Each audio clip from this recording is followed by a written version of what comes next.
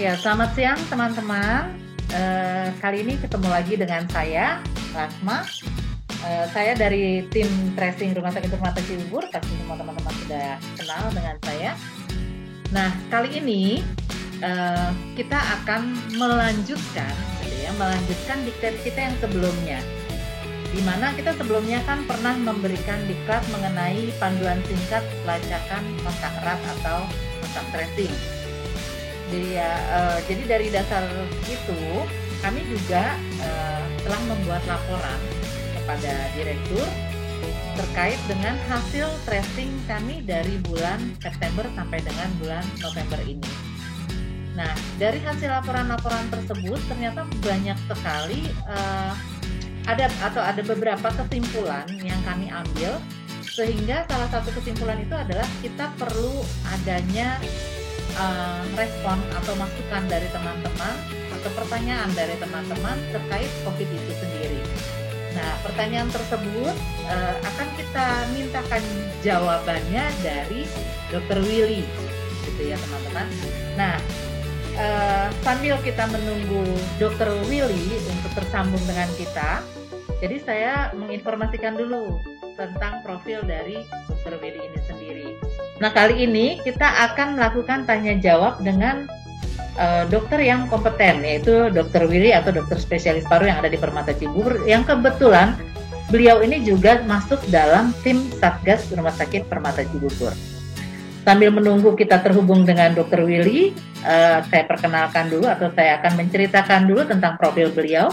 Ya, ini adalah Dr. Willy Pandu Aryawan, di mana beliau adalah lahir di Bogor tahun 80, bertempat tinggal saat ini adalah di Jati Asih, di Kota Bekasi, di perumahan Sakura Regency.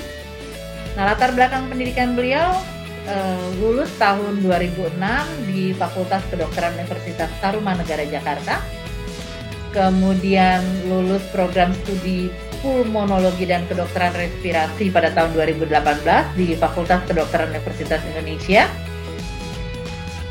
Dan pelatihan-pelatihan yang telah beliau ikutkan yang bertaraf internasional, yang pertama adalah pada bulan Maret 2011 ini dengan anggota perwakilan Kementerian Kesehatan pada ASEAN Regional Forum Disaster Relief atau ARF Direct. Kemudian Oktober 2010 peserta dalam Global Health Cluster. Kemudian November 2009 sebagai fasilitator di International Training of Emergency and Disaster. Kemudian September sampai dengan Oktober 2009 adalah fasilitator training of facilitator for the International Consortium on Disaster Risk Reduction. Kemudian pada September 2009 ini sebagai peserta training workshop of community health education di Wakoshi di Jepang. Kemudian pada tahun 2009 ini peserta CBRN Threat Recognition di Amerika. Untuk pelatihan dalam negerinya sendiri, beliau pernah menjadi pembicara pada tahun 2012 sebagai di acara penanggulangan bencana bagi petugas sekabupaten. Pelatihan dalam negeri yang beliau ikuti di tahun 2012, pembicara di penanggulangan bencana bagi petugas sekabupaten Kutai. Kemudian pada bulan Maret, Oktober, dan September 2012 sebagai pembicara di perencanaan rumah sakit dalam penanggulangan krisis kesehatan, ini di RSUD Makassar, RSUD Kolaka, dan RSUD Matahir Jambi, yang diselenggarakan oleh Kemenkes RI. Kemudian di Oktober 2011 sebagai pembicara juga, ini penanggulangan krisis di Kemenkes RI. Kemudian di tahun 2011 sebagai pembicara juga di perencanaan rumah sakit dalam penanggulangan krisis kesehatan di Ambon, ini di RSUD. Kemudian di tahun Juni 2011 pembicara One Day Course of Disaster Management, ini juga di Kemenkes RI. Kemudian di Februari 2011 pembicaraan rumah sakit dalam penanggulangan krisis kesehatan di RSUD Al-Ihsan. Kemudian di Oktober 2009 peserta ini acaranya di Bappenas. Kemudian 2009 ini sebagai peserta sama tentang pelatihan perencanaan kontingensi penanggulangan bencana di Jakarta oleh BNPB. Kemudian tahun 2007 peserta pelatihan ACLS di Jakarta oleh Perki, dan 2008 pesertaan Hiperkes. Ya. Riwayat pekerjaan. Nah, ternyata beliau ini tahun 2017, dari 2008 sampai 2017, beliau sebagai residen pulmonologi dan kedokteran respirasi FKUI RSUP Persahabatan. Dan dari 2013 sampai dengan sekarang ini sebagai staf fungsional Rumah Sakit Kanker Darmais Pusat Kanker Nasional. Kemudian dari 2008 sampai 2013 ini staf di Pusat Penanggulangan Krisis Kesehatan Kemenkes RI. Tahun 2007 dokter pegawai tidak tetap atau PTT di Puskesmas Jambi. Tahun 2007 sampai 2008 beliau menjabat sebagai dosen akademi kebidanan di Bunda Auni Bogor, dokter jaga 24 jam di klinik Bunda Auni dan di klinik Antasari. Nah, riwayat organisasi yang sudah diikuti oleh beliau dari tahun 2018 sampai 2021 ini sebagai anggota bidang ilmiah Perhimpunan Bronkoskopi Indonesia. Dari tahun 2014 sampai sekarang ini masuk dalam anggota PDPI atau Perhimpunan Dokter Paru Indonesia. Tahun 2006 sampai sekarang anggota Ikatan Dokter Indonesia IGI Cabang Bekasi. Tahun 2005 sampai sekarang ini menjadi anggota Kelompok Kerja Sosial atau KKS Melati. Tahun 2002 sampai 2003 anggota pengurus Majelis Permusyawaratan Mahasiswa Universitas Tarumanegara. Tahun 2001 sampai 2002 anggota pengurus BEM, Fakultas Kedokteran Universitas Tarumanegara. Tahun 1999 sampai tahun 2000 ini Ketua Dewan Perwakilan Mahasiswa Kedokteran. Dan tahun 1996 sampai dengan sekarang ini beliau masuk dalam organisasi anggota Purna Paskibraka Indonesia atau PPI. Nah, setelah kita bacakan tadi riwayat organisasi, kemudian pelatihan yang telah diikuti gitu ya, dan profil dari Dr. Willy ini sendiri. Oh iya, kita belum temukan ya Dr. Willy ini sudah menikah berapa kali atau mungkin baru sekali gitu ya. Kemudian sudah punya anak berapa nih, nggak ada nih. Nanti mungkin lain waktu kita bisa tanya, atau nanti kalau ada kesempatan saya akan tanya ke beliau. Ini bagaimana nih Dr. Willy, sudah bisa disambungkan belum ya Mas Agri ya?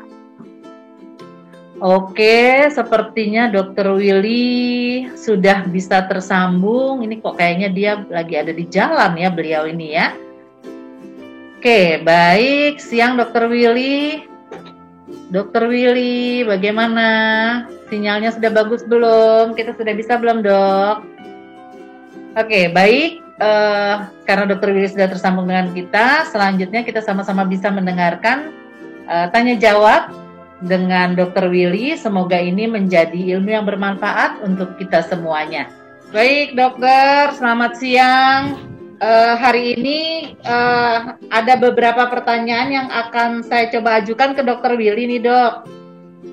Mungkin latar belakangnya saya sampaikan dulu ya dok ya. Kalau kita kan tim tracing itu sudah ada ya dok sejak bulan September dok. Ya. Nah, dari hasil tracing kami dari bulan September sampai dengan November itu ternyata ada 112 orang atau 92% itu petugas kita kontak erat internal di rumah sakit, Dok. Nah, 96 orang atau 91% itu kontak eratnya sesama karyawan, Dok. Kemudian dari hasil kita lihat itu, hasil kita wawancara ternyata kontak eratnya ini banyak pada saat aktivitas makan bersama. Oke. Gitu ya dok ya. Dan dari situ kita temukan ada 22 orang atau 17% yang positif dok. Oke. Gitu ya dok ya. Dan dari situ kita melihat memang masih ada kurang kesadaran dari petugas dalam menggunakan APD. Dalam hal ini masker dok, di mana mereka kadang-kadang buka lepas tuh dok pada saat mereka makan atau pada saat mereka bekerja. Kemudian pada saat aktivitas makan bersama di unit, ini juga kan otomatis jadi buka masker dok, jaraknya deket, gitu sambil makan ngobrol-ngobrol gitu lah ya dok ya, ada aktivitas ngobrol. Kemudian ada juga dari pasien kita nih dok, pasien rawat inap kita ini kan ada juga beberapa yang tidak menggunakan masker dok. Jadi pada saat petugas memberikan pelayanan kepada pasien, ternyata si pasiennya lepas masker gitu ya dok ya. Dan yang terakhir itu rekomendasinya dari tim tracing itu adalah petugas merasa kalau petugas masih banyak nih petugas ngerasa kalau dia tuh masuk dalam kriteria kontak erat. Padahal ternyata pada saat kita tracing nggak masuk dalam kategori tersebut. Jadi lebih ke kekhawatiran yang terlalu berlebihan gitu ya dok. Akhirnya kami buatlah diklat mengenai panduan singkat tentang kontak erat dok, pelacakan kontak erat. Nah dari situ timbullah beberapa pertanyaan, ada sekitar 150-an pertanyaan ya dok. Ya. Nah pertanyaannya yang pertama nih dok, kita langsung ke pertanyaan saja ya dok. Baik. Ini ada pertanyaan mengenai penggunaan masker N95, kan katanya bisa menghalau 95% partikel. Lalu bagaimana penggunaan masker bedah yang double? Apakah sama efektifnya dengan N95 dok? Ya, oke. Jadi sebetulnya memang namanya masker bedah dengan masker N95 memang ya dari strukturnya saja sudah berbeda ya. Artinya penggunaannya juga kan sudah berbeda. Iya. Artinya pasti juga efektivitasnya untuk mengantisipasi virus gitu ya, atau partikel yang ukurannya kurang dari 5 mikro ya, kurang dari 5 mikro itu dia memang pasti akan berbeda gitu. Jadi memang penggunaan masker bedah itu sebetulnya untuk mengantisipasi virus yang kalau kita kaitannya dengan COVID-19 itu virus yang terdapat pada droplet. Ya, jadi artinya kita memang mencoba untuk mengantisipasi droplet yang ada di sekitar kita ya. Jadi selain itu, karena selain penggunaan masker bedah itu mesti diikuti juga dengan physical distancing antara 1 sampai 2 meter. Terus kemudian juga dengan cuci tangan. Yang 3M itu ya dok ya. Jadi kalau misalkan tidak disertai dengan itu, efektivitasnya juga tidak akan sebaik seperti yang kita harapkan. Nah, kalau misalkan penggunaan N95 memang itu lebih pada untuk digunakan saat petugas medis berada biasanya dalam zona merah ya, atau dia akan berhadapan dengan pasien suspek, probable atau yang terkonfirmasi positif.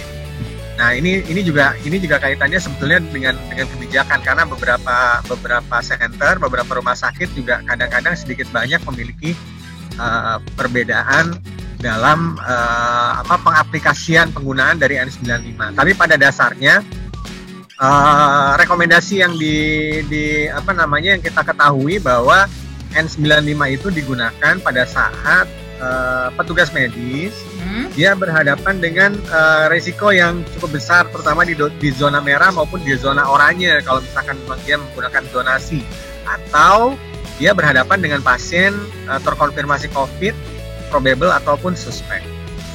Mungkin seperti itu ya. Suspek ya dok ya. Dan mungkin pada saat itu maksudnya kali ya dok ya, lebih kalau pada saat petugas melakukan tindakan-tindakan yang aerosol ya dok ya. Betul, aerosol ya, terutama itu juga. Meskipun kalau misalkan memang di satu ruangan kemudian dengan resiko aerosol, nah itu mestinya sih ruangannya juga harus didukung dengan kondisi ruangan yang bertekanan negatif. Karena kalau penggunaan N95 pada satu kondisi di mana aerosol merupakan salah satu hazard material yang dihadapi oleh petugas medis, nah itu tidak cukup efektif juga untuk menahan aerosol masuk ke dalam saluran nafas jika tidak disertai juga dengan kondisi ruangan yang bertekanan negatif. Artinya si operator atau petugas medis cukup lumayan juga untuk bisa terpapar atau terpajan dengan aerosol. Oh gitu ya dok. Aerosol itu dalam artian yang pastinya kaitannya dengan COVID-19 ya. Misalnya gini deh, contoh konkretnya ya. Misalnya ada pasien dengan pasien COVID terkonfirmasi atau pasien COVID highly suspected atau probable yang kemudian dia perlu diberikan terapi inhalasi. Iya. Nah, terapi inhalasi itu kan bentuknya aerosol. Iya. Nah, petugas medis akan cukup aman apabila tindakan tersebut dilakukan di ruangan dengan tekanan negatif atau paling tidak dengan ventilasi yang cukup baik, ya disertai dengan exhaust misalkan begitu. Nah itu relatif aman. Tapi kalau misalkan dia dilakukan di ruangan tertutup dengan sirkulasi tertutup, meskipun dia menggunakan N95 itu tidak akan cukup efektif untuk bisa mengantisipasi hazard material berupa aerosol yang dicoba untuk ditangkal dengan penggunaan N95. Oh begitu ya dok ya. Baik dokter. Kemudian bagaimana penanganan awal bila kita kontak langsung dengan pasien yang terdeteksi COVID, sedangkan kita tidak menggunakan APD lengkap dok? Itu bagaimana ya dok ya penanganan awalnya bila kita memang kontak langsung dengan pasien yang terdeteksi COVID, gitu dok? Sebetulnya sih penggunaan APD level 2 itu sudah cukup baik, tapi ya itu dengan catatan seperti itu ya, artinya dia tetap physical distancing 1-2 meter, terus kemudian dia melakukan hand hygiene setelah yaitu 5 langkah kan, 6 hand hygiene itu tetap dilakukan. Jadi yang dikatakan kontak erat itu sebetulnya adalah ketika seseorang itu berada dengan orang yang terkonfirmasi itu kurang dari 1 meter, jarak kurang dari 1 meter tanpa APD. APD yang dimaksud di sini adalah masker. Jadi dikatakan kontak erat kalau misalkan dia tidak pakai masker, kontaknya kurang dari 1 meter, itu dikatakan kontak erat. Kalau misalkan dia keseharian ya seperti ya kalau kayak saya lah ya kan hampir sering sekali saya ketemu sama pasien. Jadi misalkan begini. Itu dok, intinya sih kalau pas dirawat inap, kalau misalnya melakukan tindakan, jaraknya itu jangan kurang dari 1 meter dan dalam kondisi tidak menggunakan masker, itu yang dikatakan kontak erat. Ya, yang dikatakan dengan kontak erat itu adalah ketika seseorang berada kurang dari 1 meter, ya kurang dari 1 meter dengan pasien yang terkonfirmasi positif tanpa menggunakan APD. Yeah. Nah, yang dimaksud dengan APD ini di sini adalah masker. Oh, gitu. Jadi orang tanpa masker berada dengan jarak kurang dari 1 meter dengan orang yang terkonfirmasi, maka itu dikatakan kontak erat. Nah, kita petugas medis itu seringkali tanpa kita sadari berada di jarak yang relatif cukup dekat dengan pasien dan kita tidak tahu pasien itu positif atau tidak. Iya, betul dok. Seringkali misalkan pasien datang ke tempat praktek saya kan, ke poli, setelah dikaji baru terdiagnosis pasien ini ternyata suspek atau highly suspected atau mungkin probable, bahkan ada tadi pasien lolos dari screening ternyata dia membawa hasil swab positif. Iya. Saya berhadapan dengan pasien yang terkonfirmasi positif. Nah, apa yang kita lakukan kalau misalnya seperti itu? Nah, sebetulnya antisipasinya kan sudah kita lakukan. Dengan penggunaan APD level 2 itu sebetulnya sudah antisipasi yang cukup baik sebetulnya. Jadi memang kita harus membiasakan untuk menggunakan paling tidak APD level 2 di setiap keadaan. Dan physical distancing harus tetap dilakukan, terus kemudian cuci tangan juga harus dilakukan gitu ya. Jadi prinsip-prinsip pencegahannya itu sebetulnya yang lebih kita tekankan gitu, karena kalau saya lihat hampir setiap petugas medis artinya yang memang dia petugas pelaksana yang dia kontak dengan pasien sudah menggunakan APD level 2 dan itu sebetulnya sudah menjadi salah satu antisipasi kita untuk bersiap-siap seandainya kita bertemu dengan atau kontak dengan pasien yang terkonfirmasi atau probable dengan jarak yang relatif cukup dekat gitu. Nah, kalau misalkan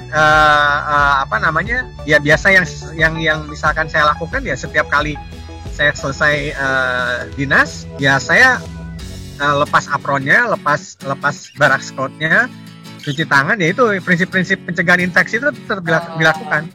Sampai di rumah langsung mandi, bajunya langsung dicuci. Nah, itu yang kita bisa lakukan sampai saat ini. Oke. Jadi artinya kita tidak bisa, artinya kita tetap harus waspada, tapi kita tidak perlu terlalu terlalu takut gitu ya, takut yang berlebihan gitu ya. Iya. Karena kita bagaimanapun kita tanpa kita tahu apakah pasien tersebut positif atau tidak, sebetulnya apa yang sudah kita lakukan dengan penggunaan APD level 2 itu sudah cukup untuk bisa mengantisipasi atau mengurangi resiko penularan dari COVID-19 yang kemungkinan bisa menular dari pasien-pasien yang kita hadapi. Berarti kan kalau secara umum intinya kan 3M itu ya dok. Masker tuh sebenarnya mau N95, mau masker medis, yang penting benar dipakai terus dan benar menggunakannya gitu ya dok ya. Jadi kayak misalnya pun hazmat ataupun hanya pakai gown itu kan sebenarnya juga intinya mah setelah itu kita harusnya cuci tangan gitu ya dok ya, mandi bersih kan gitu ya dok ya. Oke, berarti yang lebih ke maskernya nih sebenarnya, jangan sampai lepas-lepas masker gitu ya dok ya. Dengan jarak pasien. Nah, tadi kan kaitannya dengan tadi yang Ibu sampaikan ya, bahwa memang dan hal itu terjadi di banyak tempat ya, termasuk di Darmais. Jadi setelah tracing, ternyata teman-teman perawat dan dokter itu bukan lebih banyak memiliki resiko tertular itu dari pasien, tapi lebih sepertinya kalau tidak dari keluarganya, atau misalkan dari dari teman sekerjanya yang ketika dia bertemu buka masker di tempat makan seperti yang tadi disampaikan. Nah, sebetulnya yang harus lebih banyak diperhatikan di situ, karena kalau keseharian kita dengan pasien itu pasti kita akan lebih aware, lebih protect ya dok ya. Universal precaution-nya pasti kita akan lebih aware di situ.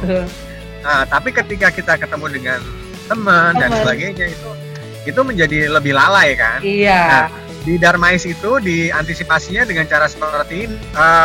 Tempat kita makan itu kan kebetulan seperti lorong gitu ya. Jadi disediakan meja yang dengan kursi yang dengan meja sekaligus itu, kemudian dikasih jarak, atau beberapa meja yang jaraknya berjauhan. Oh gitu ya dok ya. Jadi ya paling tidak jaraknya sekitar 1,5 atau 2 meter.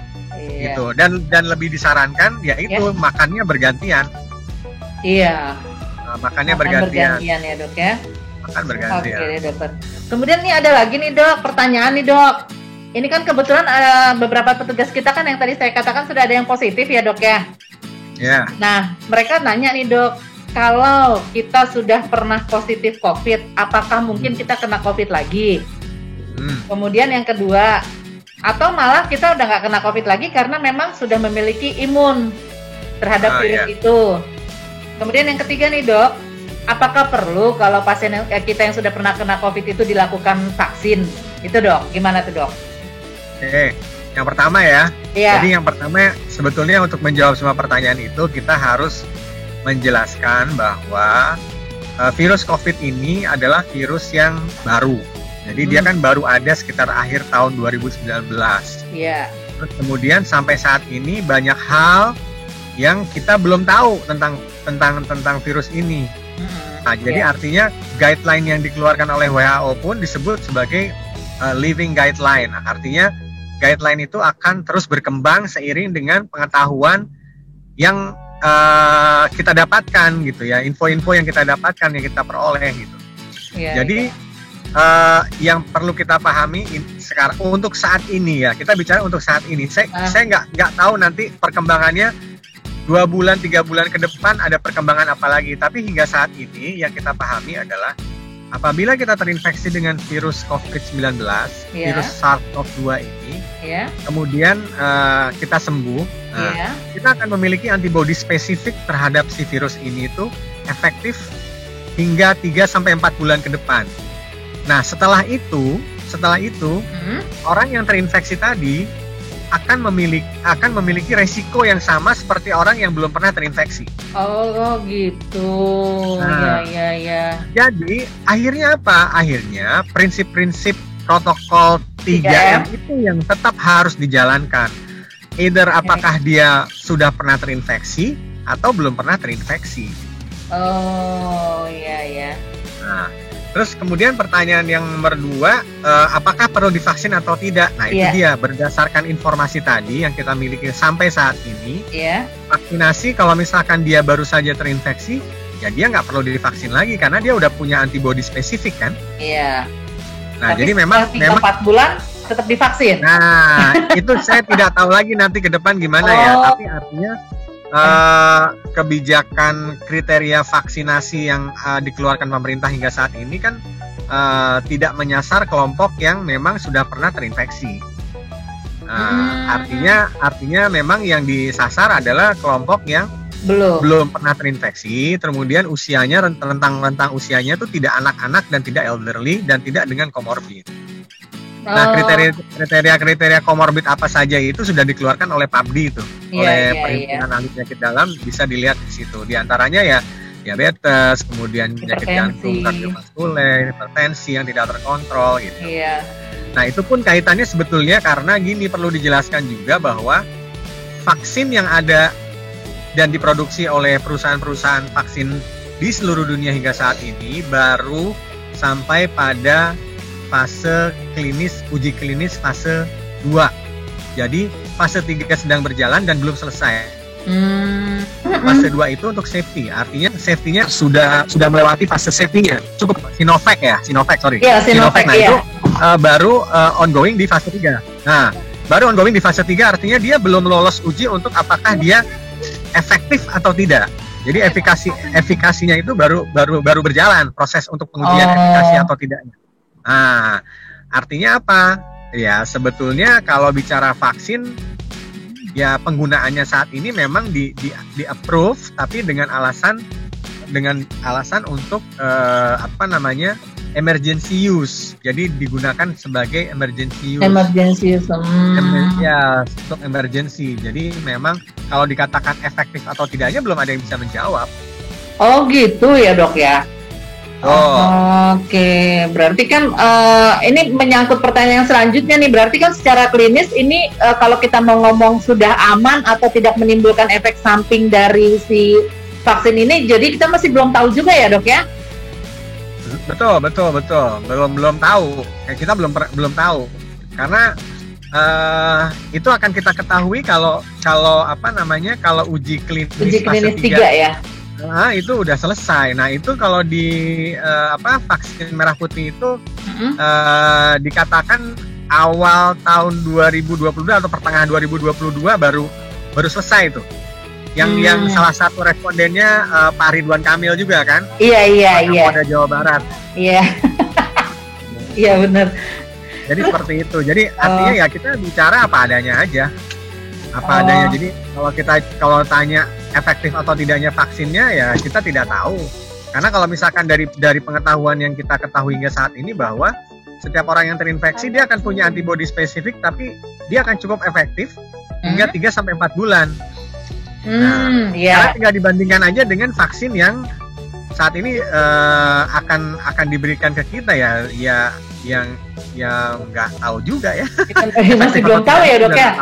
Nanti setelah divaksin apakah kita masih kena juga nantinya, kan kita juga masih belum tahu ya dok ya. Betul. Bisa kena ya enggak. Iya. Tapi memang itu kan penggunaan vaksin itu kan memang satu berdasarkan knowledge klinis gitu ya. Satu juga yang lain juga mungkin lebih berdasarkan dari aspek kebijakan ya, aspek kebijakan dari setiap negara untuk mengantisipasi pandemi yang terjadi gitu.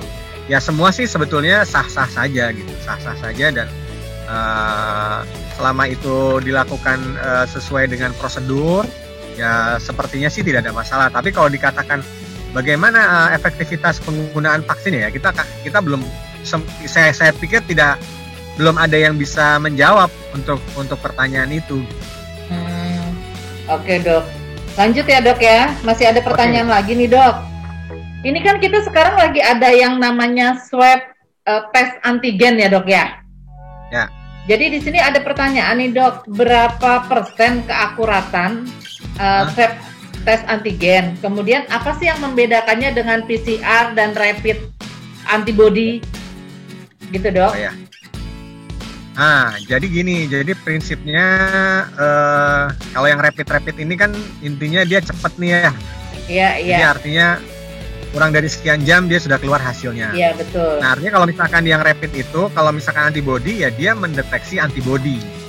Tapi antibodinya itu tidak spesifik terhadap virus SARS-CoV-2. Jadi dia artinya antibody itu bisa terdeteksi juga pada virus-virus corona yang lain. Makanya kalau misalkan dia positif antibodinya, perlu lagi dikonfirmasi dengan pemeriksaan PCR sebenarnya yang paling bagus. Iya. Pemeriksaan PCR memang yang paling baik saat ini PCR. Artinya, nah kalau misalkan pemeriksaan antigen, nah dia kita gunakan secara cepat. Metode pengambilan sampelnya hampir sama dengan swab. PCR, artinya dengan swab. Cuman dia memang metodenya sedikit berbeda karena yang dideteksi adalah antigennya. Nah, ini rekomendasi WHO terhadap swab antigen ini sebetulnya dia harus paling tidak memenuhi kriteria setiap produk ya kan. Jadi swab antigen ini dikatakan dia bisa digunakan dengan catatan bahwa dia memenuhi kriteria paling tidak di atas, kalau tidak salah 85 atau 95% sensitivitasnya dan spesifisitasnya. Artinya dia cukup amat sensitif untuk bisa mendeteksi antigen SARS-CoV-2 dan dia memang punya spesifisitas. Artinya kalau misalkan terdeteksi, ya berarti memang itu benar si antigennya si SARS-CoV-2. Nah, kedua rekomendasinya adalah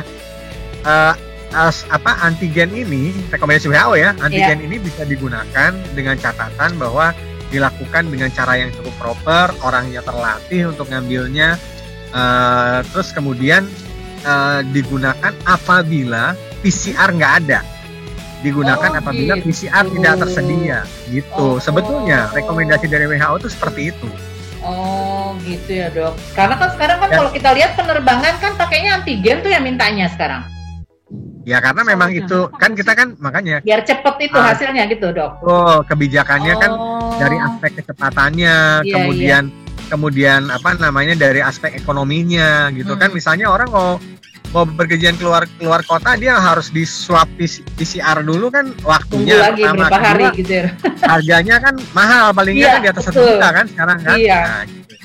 Tapi kalau kita bicara secara dari aspek keilmuan, menurut apa yang saya baca seperti itu. Jadi artinya swab antigen itu bisa, rekomendasi WHO ya, bisa digunakan dengan catatan bahwa memang swab PCR-nya memang tidak tersedia di situ. Oh gitu. Jadi tetap gold standarnya adalah swab PCR. Nah, karena PCR itu kan dia mendeteksi DNA ya, dari DNA virusnya ya dok ya. Berarti sebenarnya kalau rapid antibody saat ini dok, apakah masih bisa kita jadikan rekomendasi dok untuk teman-teman yang merasa kontak erat nih dok? Ya sebetulnya sih boleh aja ya, boleh aja, tapi itu kan kita harus melihat beberapa aspek ya, itu kan kebijakan juga ya. Artinya apa yang tersedia, yang memungkinkan, yang paling memungkinkan untuk bisa dilakukan kan boleh saja itu dilakukan kan. Artinya tidak walaupun kalau kita bicara probabilitas untuk swab antibody itu kan dia ada false negatif sekitar hampir 50-60%, jadi cukup tinggi ya. Kalau misalkan dia PCR kan dia ada false negatif 30%. Jadi artinya memang untuk saat ini sih yang ideal dan yang dilakukan di beberapa rumah sakit ya, untuk screening, tetap yang jadi gold itu adalah PCR. Tapi ya kembali lagi ya, artinya tergantung dari dari aspek kebijakannya, tergantung dari kemampuannya gitu ya. Nah itu kembali lagi ke situ akhirnya.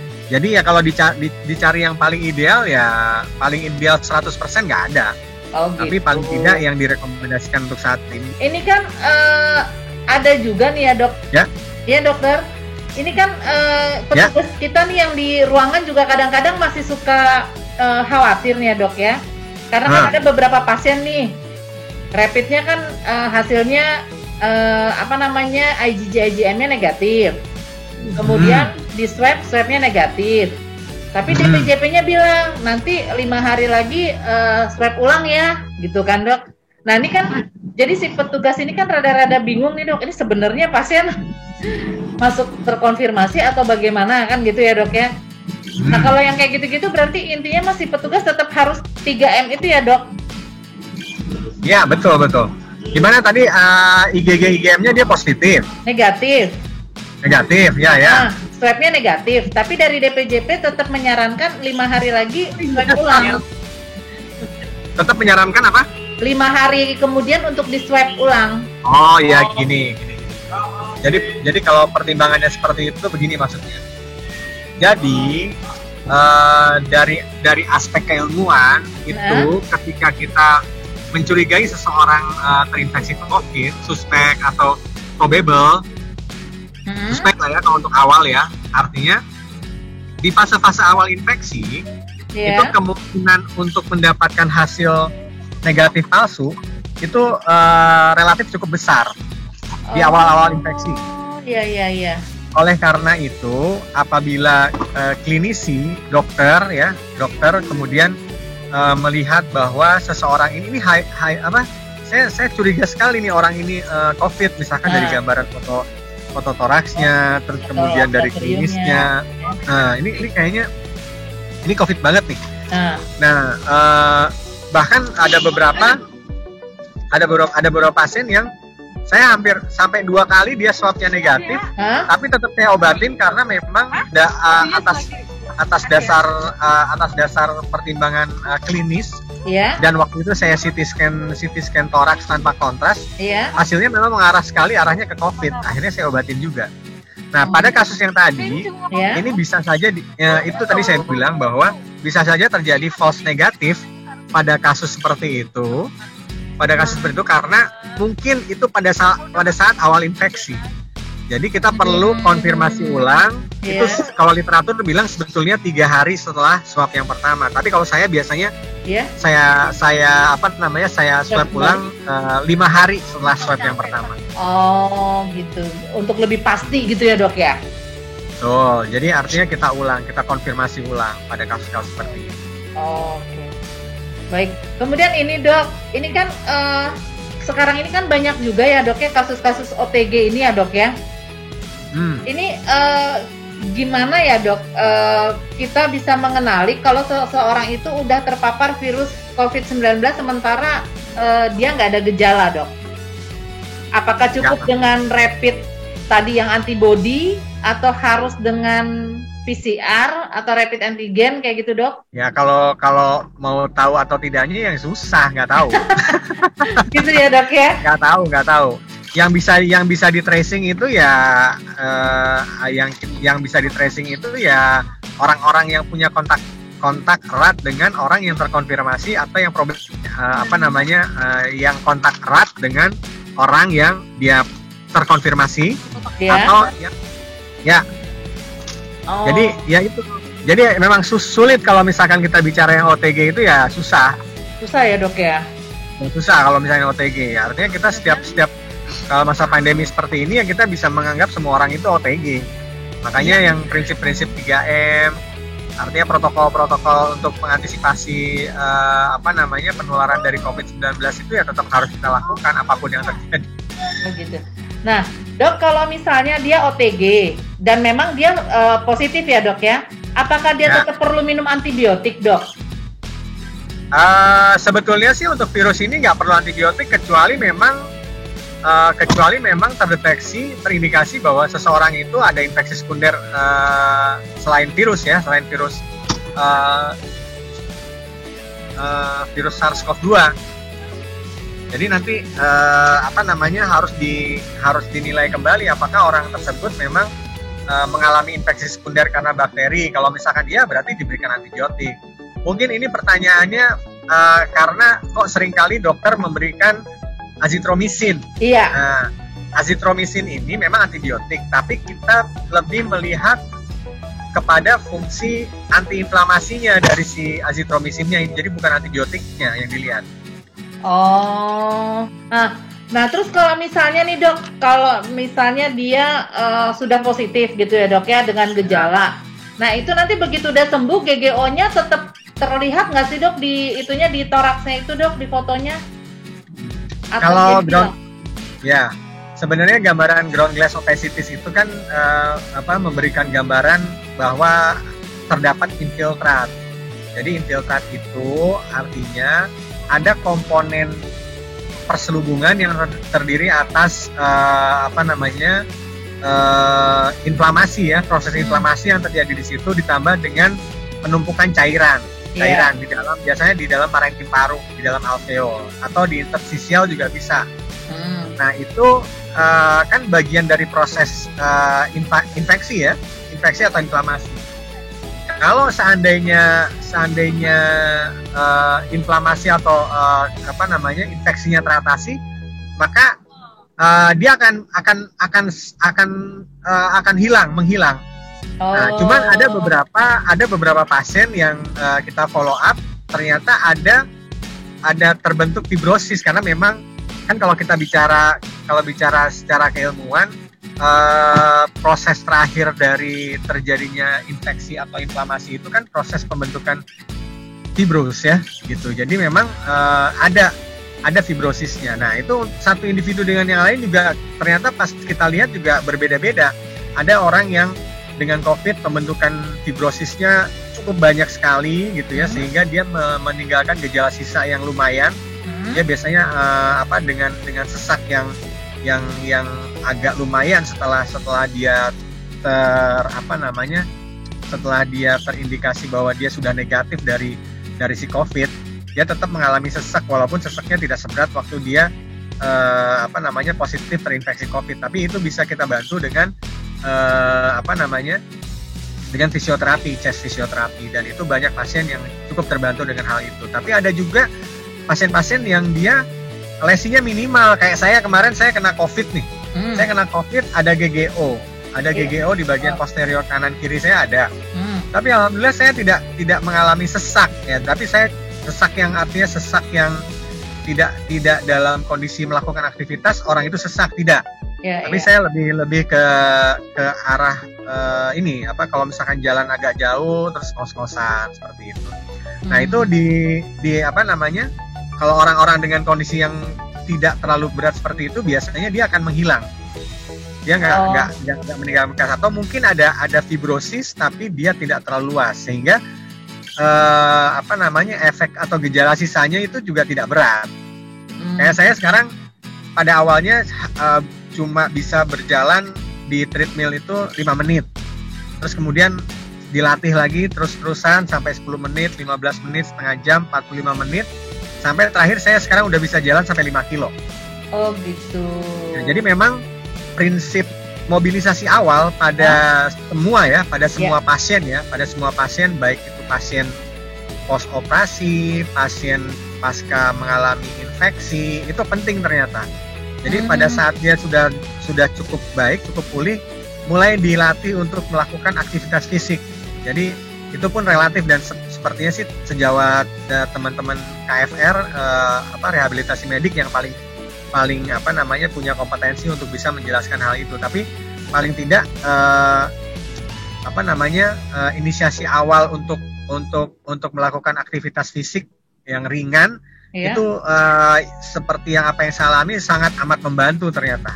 Secara teoritis seperti itu, kemudian kita aplikasikan ternyata memang benar. Dan saya tanyakan kepada beberapa pasien dan sejawat, terutamanya sejawat spesialis paru yang mengalami infeksi, mereka melakukan hal yang sama, dan relatif orang-orang yang melakukan aktivitas fisik dini setelah infeksi itu relatif. Ini kan kalau kita lihat nih ya dok ya, kalau misalnya yang dirawat di rumah sakit sih jelas ya dok ya, pengobatannya bagaimana gitu ya dok ya, kalau yang dengan COVID atau yang ditaruh di Wisma Atlet tuh, saya suka tanya teman-teman waktu teman-teman lab tuh, pagi ada olahraga bu gitu ya. Nah bagaimana kalau mereka yang di rumah dok, apa yang mesti mereka lakukan kalau dia memang positif kan pasti kita ya, ada tuh yang diisman di rumah gitu ya dok ya. Ya betul. Apa yang perlu sebetulnya dilakukan? Itu tergantung.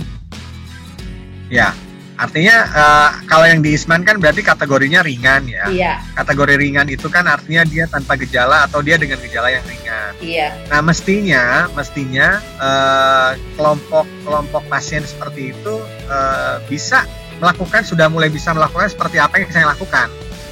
Jadi kalau misalkan memang di rumahnya ada treadmill ya dia udah mulai jalan. Kalau enggak ya berarti dia bolak-balik aja kan rumah misalkan taruhlah panjangnya 5 meter atau 10 meter ya dia bolak-balik aja di situ. Bolak-balik aja di situ terus kemudian melakukan stretching dan sekarang udah ada juga sejawat-sejawat dari rehabilitasi medik yang mempublish bagaimana di YouTube ya bagaimana melakukan fisioterapi pasca COVID. Nah itu bisa diakses. Tulis aja di situ fisioterapi atau latihan pasca COVID. Nah itu sangat amat membantu sebagai panduan bagaimana melakukan aktivitas fisik di rumah. Nah itu penting banget karena otot-otot dada itu stretch di otot-otot dada itu akan banyak membantu pengembangan paru. Karena kan secara fisiologis paru itu kecenderungannya kan dia kolaps. Iya. Paru itu kecenderungannya kolaps. Kemudian yang menjaga regangannya si paru sehingga dia bisa mengembang itu sebetulnya kan dinding dada kita. Nah, dinding dada kita itu kan terdiri atas tulang dan otot-otot terutama yang dominan kan. Nah, kalau misalkan otot-ototnya nggak bagus, berarti nanti pengembangan parunya nggak bagus juga. Nah, itu memang harus dilatih. Nah, cara melatihnya itu, yaitu coba dibuka aja di YouTube, ditulis aja. Kalau nggak salah ya itu fisioterapi pasca COVID atau latihan untuk orang-orang yang COVID ya. Nah itu bisa membantu sekali gitu, karena dia akan membantu si otot-otot dada ini untuk kembali ke fungsinya yang semula karena ternyata orang-orang dengan COVID itu dia akan mengalami penurunan massa otot karena kan metabolismenya tinggi kan, tinggi banyak dipakai. Nah itu makanya kayak saya kemarin turun sampai 5 kilo. Beberapa teman saya ada yang turun sampai 7 kilo, ada yang 10 kilo katanya. Yang dengan kategori sedang ya. Itu biasanya seperti itu. Nah, itu ternyata massa ototnya yang banyak hilang. Makanya banyak pasien-pasien pasca COVID itu mengalami atrofi otot. Makanya dia kok gampang. Karena awalnya saya bertanya-tanya ini kenapa badan saya kok gampang sekali fatigue, terus kemudian mudah lelah dan sebagainya. Nah selain memang ada proses yang spesifik terjadi di sistem pernafasan kita, kardiovaskuler kita juga terganggu. Ternyata otot itu juga berpengaruh cukup besar karena kita mengalami penurunan massa otot yang cukup signifikan sehingga kita menjadi gampang capek. Gitu, mudah lelah. Nah, itu harus disupport dengan nutrisi dan exercise yang tepat. Karena kalau misalkan hanya nutrisi saja, high protein, kemudian tidak disertai dengan aktivitas fisik ya, otomatis ototnya juga tidak akan terlatih. Kan? Berarti kalau isman jangan malah istirahat males-malesan gitu ya dok ya, karena kan dia lemes nih rasa badannya, dia malah bawa tidur gitu kan malah, atau dia mainan gadget gitu ya dok ya. Jadi tetap harus sebetulnya sedikit dipaksa, tapi tidak sedikit dipaksa tapi tidak memaksakan. Artinya ya semampunya aja. Karena awalnya aja saya cuma mampu 5 menit aja loh jalan loh 5 menit. Langsung susah gitu ya dok? Capek. Capek. Kalau saya lebih ke capek. Terus sehari, jadi saya biasanya selang 1 hari. 1 hari saya exercise, nanti 2 hari lagi, lusanya saya mulai lagi. Sampai pada tahap saya udah mulai bisa jalan sampai 45 menit, hampir 1 jam. Terus terakhir ini saya udah bisa jalan sampai 5 kilo lah, 5-6 kilo. Wow, ya itu jadi dia tuh ya. Berarti itu penting itu.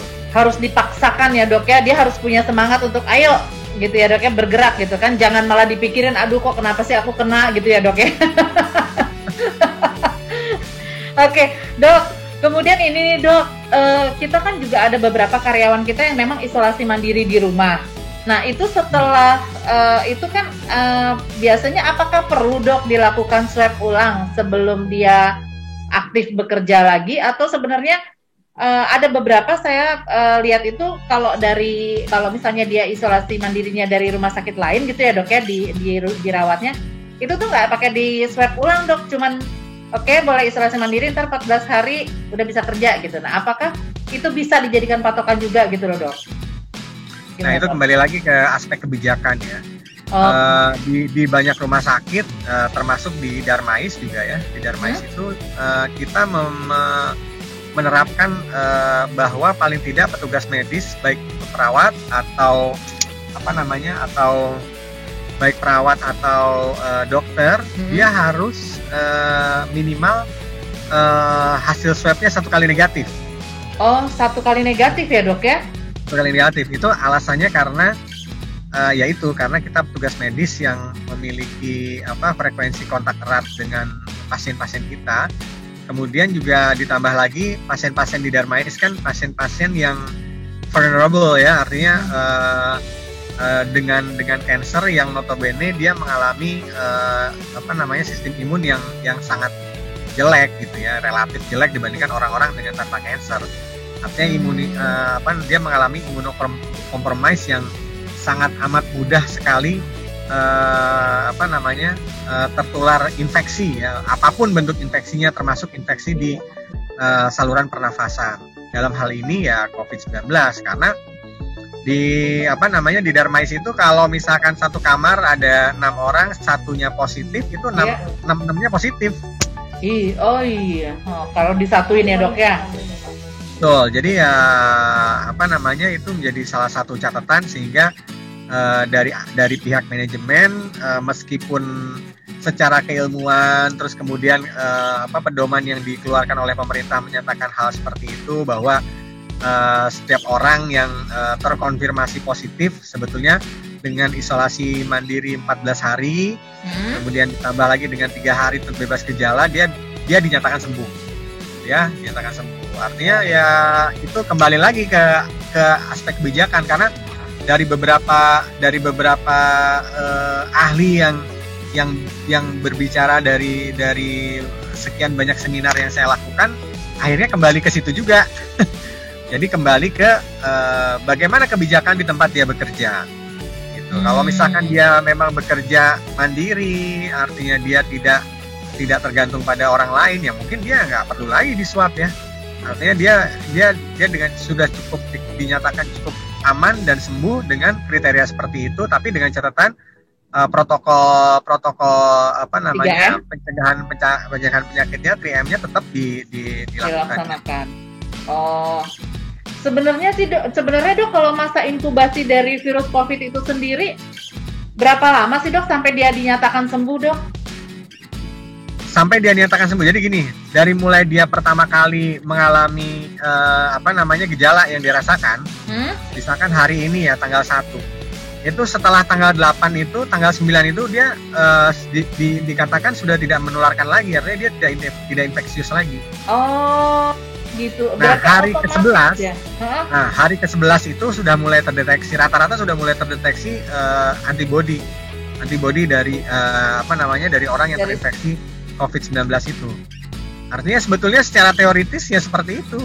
Hari ke-9 itu dia udah nggak infeksius lagi, tapi kan akhirnya orang mengambil plus minus range-nya ya. Artinya ada yang mengambil bisa isolasi mandiri 10 hari atau paling nggak 14 hari setelah dia mengalami gejala COVID dan terkonfirmasi gitu ya. Nah itu ya sebetulnya sih ya plus minus itu dilihat dari situ. Artinya secara teori dengan batuk gitu, maksudnya masih ada batuk pilek gitu, nggak akan dia menularkan lagi tuh ya dok? Betul, karena batuk itu dia akan, saya ini masih batuk nih. Oh gitu. Batuk itu akan dialami oleh orang yang dinyatakan sembuh dari COVID itu sampai 12 minggu ke depan. Walah. 12 minggu ke depan, jadi dia mau batuk. Iya, dia batuk, kadang dia suka greges-greges walaupun kalau di tem suhunya normal. Dia kadang masih suka fatigue, ya kan? Dia masih suka sesek. Itu sampai 12 minggu ke depan. Gitu, sampai 12 minggu ke depan. Jadi artinya saya ya sebenarnya ada hikmahnya juga ya saya kena gitu, ternyata Tuhan kasih Bisa saya jadi. itu tuh supaya saya ngerasain gitu, ternyata begini, ini begini gitu, sehingga waktu pasien saya, dan sekarang mulai banyak pasien saya yang konsul ke saya itu justru bukan pasien yang karena COVID, tapi pasien yang mengeluh dengan keluhan pasca COVID. Kenapa saya masih suka batuk? Kenapa saya suka masih greges-greges? Kenapa kadang BAB saya masih suka lembek gitu kan? Kenapa kadang-kadang saya masih suka mual? Tapi memang intensitasnya jauh lebih ringan saat dia terinfeksi, dan frekuensinya juga jauh lebih jarang dibandingkan saat dia terinfeksi dengan virus COVID-19. Kalau seandainya dia mengalami hal yang serupa dan dia mengidentifikasi itu, kok sepertinya sama seperti waktu saya sakit waktu itu, ya kita harus curiga orang itu mengalami reinfeksi.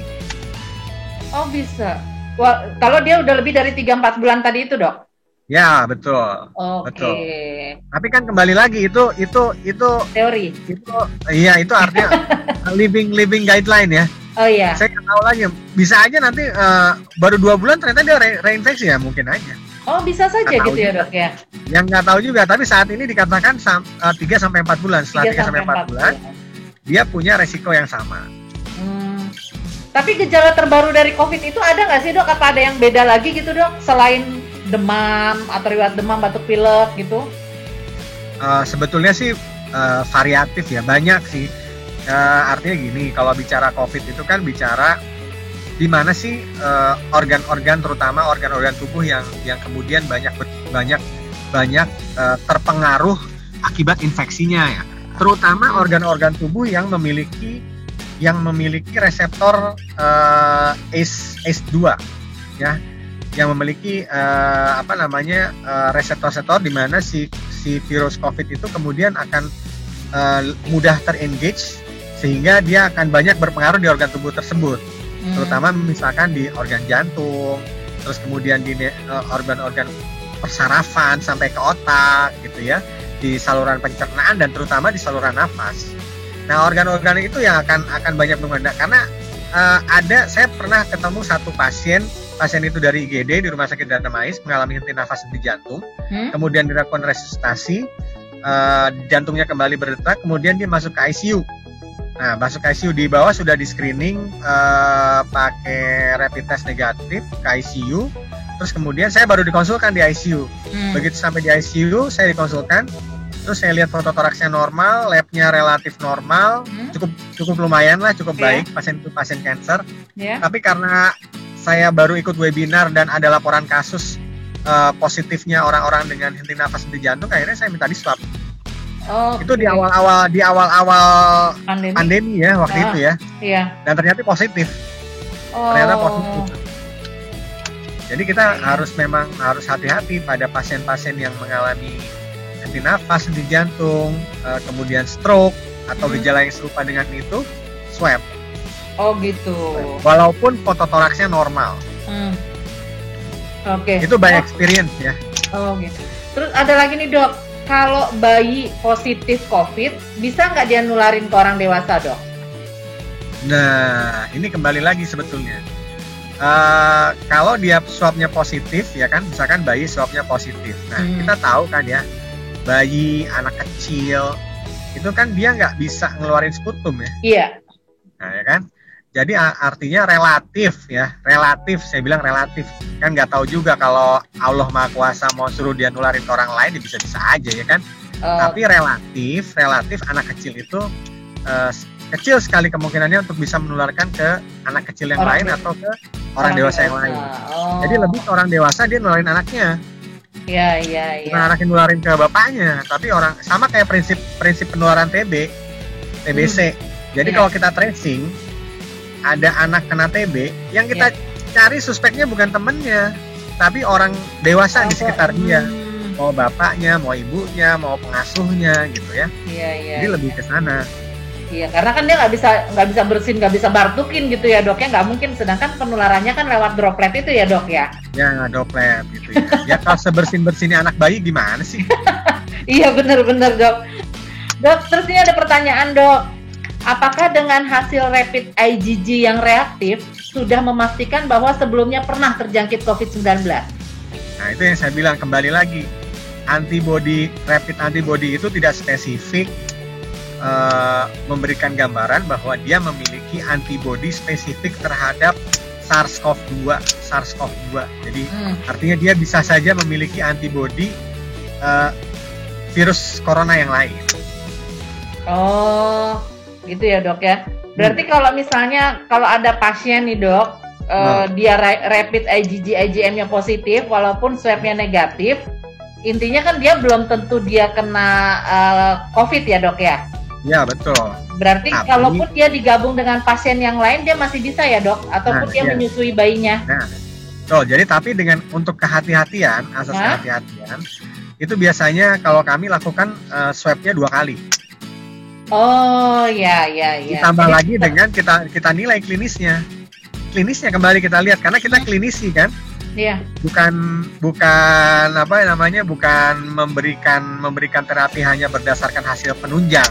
Kita ini klinisi, namanya klinisi ya harus ngelihat pasiennya, meriksa pasiennya. Walaupun sekarang kita agak ngeri-ngeri sedap ya meriksa pasien. Iya. Tapi harus diperiksa, paling tidak dianamnesis dengan benar, kita nilai klinisnya ya kan.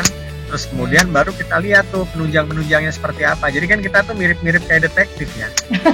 Jadi, berarti kalau misalnya swab kedua itu belum kita lakukan, apa tetap boleh dok dia digabung dengan pasien lain atau misalnya bayinya disusuin? Sebetulnya gini, mestinya di era pandemi ini kita punya ruangan khusus untuk namanya cohorting. Jadi semua pasien suspek itu masuk ke situ. Mestinya ya, mestinya. Jadi idealnya seperti itu.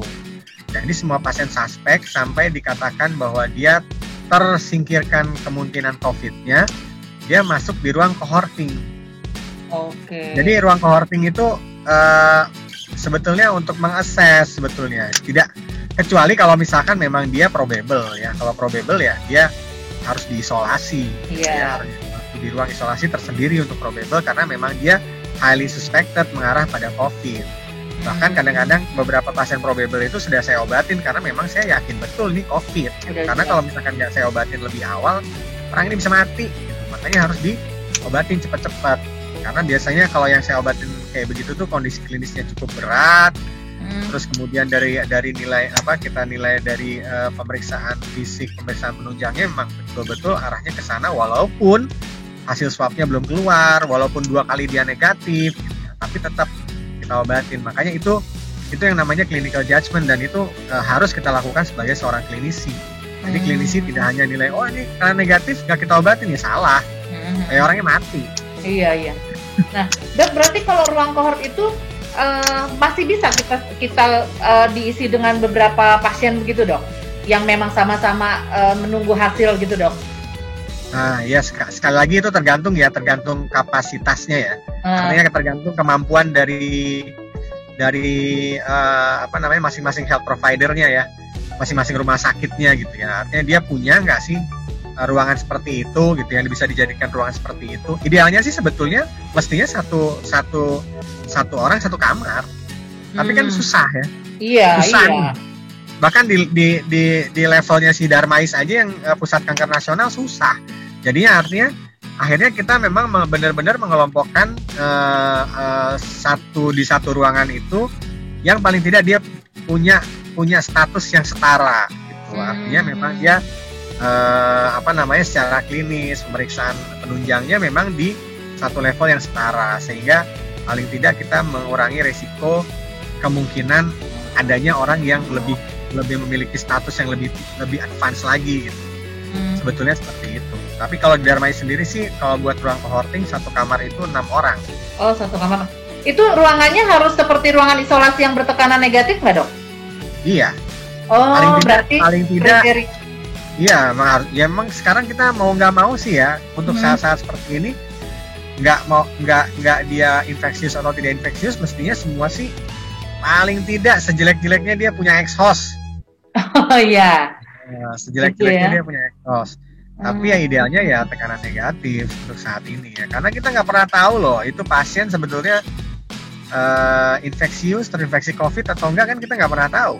Iya. kalau di kita kan masih, memang sih kalau di kita kan banyak pasien-pasien itu diletakkan di ruang-ruang VIP ya dok, yang memang satu kamar sendiri. Tapi kan ruangan kita yang VIP itu kan bukan ruangan seperti ruangan isolasi tuh, gitu kan ya dok? Betul.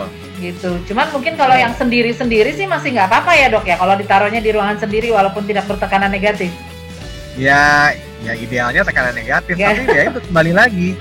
Ya apa yang bisa kita lakukan ya itu kita lakukan ya. Nah, jadi ini nih dok, saya mau nerusin jadinya nih dok. Nah kalau misalnya memang ruangan VIP kita ini kan diisi oleh pasien yang tadinya kita belum tahu hasil swabnya, ternyata dia positif gitu ya dok ya. Kan baru kan kita pindahin ke 2GU tuh. Nah ruangan sendiri setelah itu kan kita fogging. Ya. Nah untuk foggingnya sendiri itu sebenarnya efektif nggak sih dok untuk menghilangkan si virus corona itu?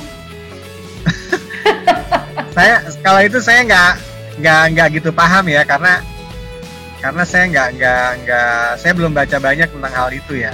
Biasanya sih teman-teman PPI yang paham ya tentang hal itu ya. Artinya zat apa yang paling efektif, berapa banyak yang harus diberikan, kemudian berapa lama dia harus didiamkan, berapa lama lagi dia bisa digunakan. Nah itu saya nggak tahu tuh. Saya nggak tahu. Tapi kalau zat itu sendiri bisa efektif mematikan si virus COVID itu sendiri, juga nggak bisa dibilang itu ya dok? Nah itu saya nggak tahu. Oke dokter, ini pertanyaan terakhir dok. Sepertinya kita sudah cukup ini ya dok. Nah, sekarang kan kita jadi agak-agak ngeri nih ya dok ya, agak-agak ngeri kalau misalnya kita mau berobat ke poli gitu ya dok ya, apalagi kita ke ruang-ruang pelayanan. Nah kalau misalnya kita ngerasa nih dok ada demam atau flu, itu sebaiknya kita minum apa dulu nih dok? Vitamin apa sih sebenarnya yang pas gitu dok? Webinar terakhir yang saya ikutin ya, dari IASTO kemarin itu kalau nggak salah, bukan dari IASTO ya, saya saking banyaknya saya bingung nih. Kemarin tuh webinar apa yang saya ikutin ya, tapi ada salah satu topiknya itu bicara tentang suplementasi. Jadi di webinar itu dikatakan suplemen yang saat ini diantaranya cukup bisa memberikan supporting ya, baik sebagai usaha upaya kita untuk melakukan pencegahan terjadinya infeksi maupun diberikan pada pasien-pasien yang sudah terinfeksi. Jadi diantaranya adalah vitamin D. Oh, vitamin D. Nah, vitamin D. Ya? Oke. Ya, saya juga. Ya artinya kan kita bicara ini nih hal yang baru nih. Oh iya. Semua vitamin sih sebenarnya dibutuhkan, dibutuhkan. Tapi ternyata vitamin D itu banyak berperan karena dikatakan bahwa setiap sel di tubuh kita itu perlu vitamin D. Semua sel. Semua sel termasuk atau dikatakan terutama sel-sel imun tubuh kita, dia butuh vitamin D. Iya. Nah makanya dan orang Indonesia, saya juga heran juga nih. Dia katakan bahwa orang Indonesia itu cukup banyak yang mengalami defisiensi atau insufisiensi vitamin D. Saya juga bingung juga, apakah penelitian itu respondennya orang-orang yang kantoran, yang nggak pernah kena sinar matahari, gitu. Saya nggak ngerti juga. Kalau misalkan respondennya tukang-tukang sayur ya kan, yang di jalan gitu ya, mungkin kayaknya vitamin D-nya cukup cukup banyak ya. Tapi dikatakan seperti itu. Nah, baiknya memang idealnya sih diperiksa kadar vitamin D-nya. Jadi kadar vitamin D itu paling tidak idealnya itu memang di atas 30 value-nya. Kalau misalkan di bawah 20 dia dikatakan kekurangan vitamin D yang cukup berat. Kalau misalkan antara 20-30 itu hanya insufisiensi aja, nah di atas 30 sampai antara 30-50 itu dikatakan cukup lah vitamin D-nya. Nah itu idealnya memang seperti itu. Tapi paling tidak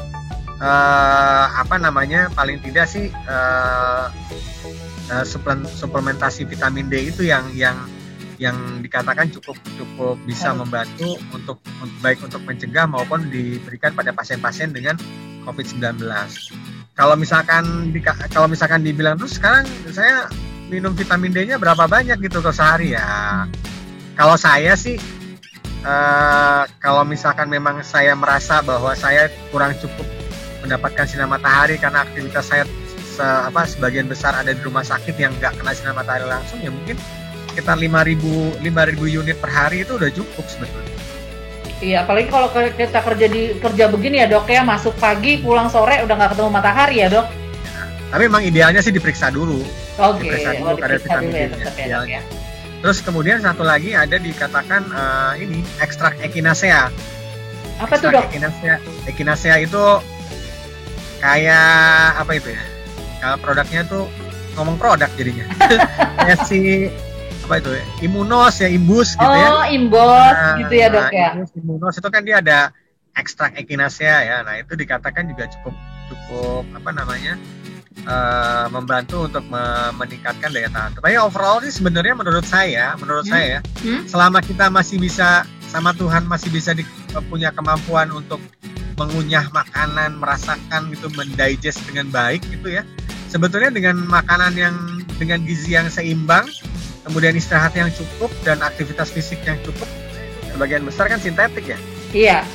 Jadi sebagian besar sintetik. Jadi artinya kalau kita bicara sintetik, apalagi sintetik dari asam askorbat itu kan banyaknya kan kerjanya, ekskresinya kan di ginjal. Nah kalau misalkan terlalu sering dijadikan daily rutin gitu ya, saya takutnya malah kerja ginjalnya nanti yang berat, malah malah jadi rusak penyakit yang lain gitu ya dok. Iya. Iya. Oke deh dokter. Aduh terima kasih banyak nih dok. Ini pertanyaannya banyak banget tadi dan saya sih dapat ilmu baru banyak banget jadinya ya dok ya. Benar-benar ilmu baru yang banyak. Jangan bosan-bosan ya dok kalau misalnya nanti kita minta tolong lagi ya dok, banyak pertanyaan-pertanyaan yang lain. Jadi kalau boleh saya tarik kesimpulan nih dok, intinya adalah kalau kita memang mau mencegah agar tidak terkena COVID, yang paling penting adalah kita menjalankan 3M. Gitu ya dok ya, itu 3M tuh, jaga jarak, kemudian menggunakan masker dan mencuci tangan, gitu ya dok. Nah kalau misalnya tambahannya adalah ya bolehlah kita dengan mengkonsumsi vitamin D, walaupun itu dengan diperiksa dulu ya dok ya.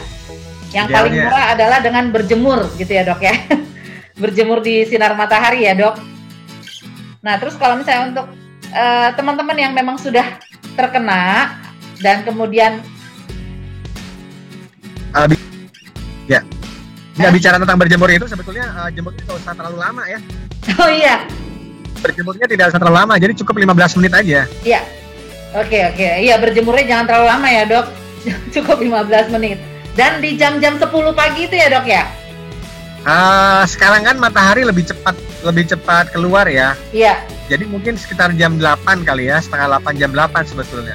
Oh, setengah 8 sampai jam 8 lah gitu ya dok ya, 15 menit lah gitu. Iya. Berarti kalau kita masuk kerja jam 8 masih bisa lah dok, di depan rumah sakit berjemur dulu sebentar gitu ya dok ya. Kemudian buat teman-teman yang memang sudah terkena, itu aktivitasnya sebaiknya kalau dia di rumah melakukan tracing gitu ya dok ya. Apa namanya, melakukan olahraga ringan. Oh ya, gitu, aktivitas fisik ringan. Aktivitas fisik ringan gitu ya. Nanti mungkin bisa teman-teman, nanti saya minta tolong teman-teman fisioterapi deh, akan memberikan diklat bagaimana untuk fisioterapi orang yang setelah pasca COVID ya dok ya. Ya, setuju. Jadi biar lebih ini. Oke, mungkin itu saja sih dok kalau kesimpulan dari saya. Mungkin dari dokter ada yang mau ditambahkan dok? Gak ada lah. Ya saling berdoa aja. Kalau saya sekarang udah kerjaannya setiap kali ada pasien saya minta didoain. Oh gitu ya dok ya? Ya karena ternyata yang tidak kalah vulnerable itu ya kita gitu ya. Karena kita ketemu sama pasien tiap hari, resikonya besar, frekuensinya juga kita nggak ngerti apakah pasien yang kita temui itu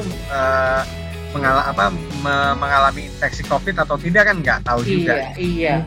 Saling mendoakan ya, mudah-mudahan sih ya Tuhan segera cabut pandemi ini segera. Jadi kita tetap jadi bisa jalan-jalan kemana-mana lagi nih kita. Iya. Amin, iya benar dokter. Iya deh, mungkin gitu aja dokter ya dari kami. Terima kasih banyak dokter untuk waktunya. Sama-sama, terima kasih. Ya, terima kasih. Selamat siang dokter.